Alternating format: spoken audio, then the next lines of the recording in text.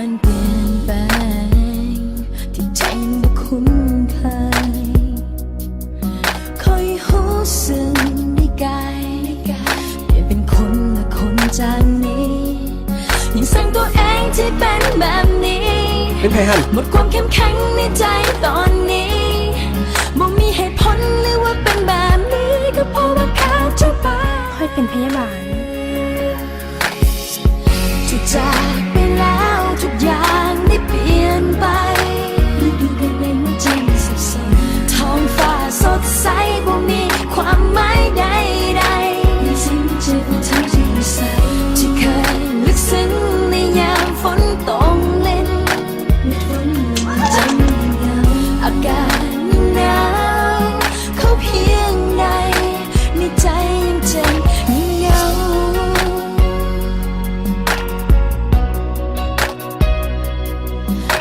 จากนี้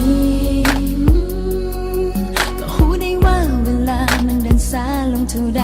มันมองง่ายกับชีวิตที่ต้องขาดเจ้าไปมันกินบ่ได้นอนบ่หลับอยู่แบบนี้อยากจะเห็นท้องฟ้าเป็นฟ้าที่สดใสอยากจะเห็นสายฝนหน้าฝนให้สิ้นใจเมื่อลมพัดหนาวนั้นมาเมื่อใดบ่ต้องหวั่นไหวจะจากไปแล้วทุกอย่างได้เปลี่ยนไปฤดูกาลในหัวใจมันสับสนท้องฟ้าสดใสบ่มีความหมายใด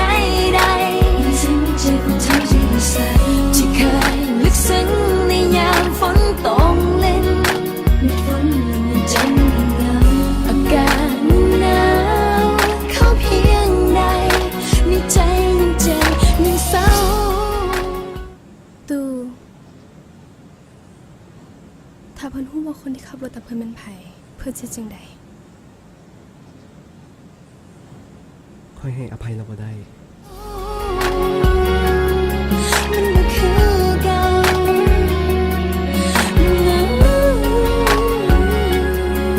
นบ่คือเก่าตะกี้วะมันนี่คือความหักมันนี่คือความหักมันมีอำนาจบอกว่าเขาสิเบิ่งอีกแล้วบอกว่าเขาสิเบิ่งอีกแล้วดีใจด้วยครับบอ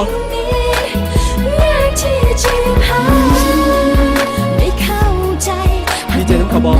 เขาสิเบิ่งอีกแล้วสิ่งอื่นใดทุกสิ่งทุกอย่างได้เปลี่ยนไปทุกฤดูกาลของหัวใจค่อยขึ้นอยู่กับเจ้า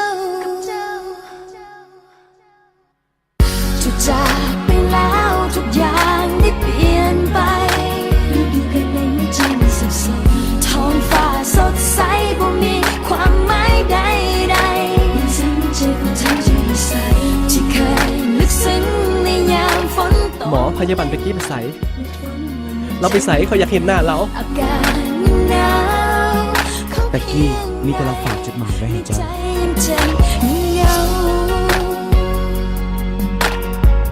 นับตั้งแต่เหตุการณ์ในมื้อนั้นเมื่อที่คอยได้พบกับเจ้า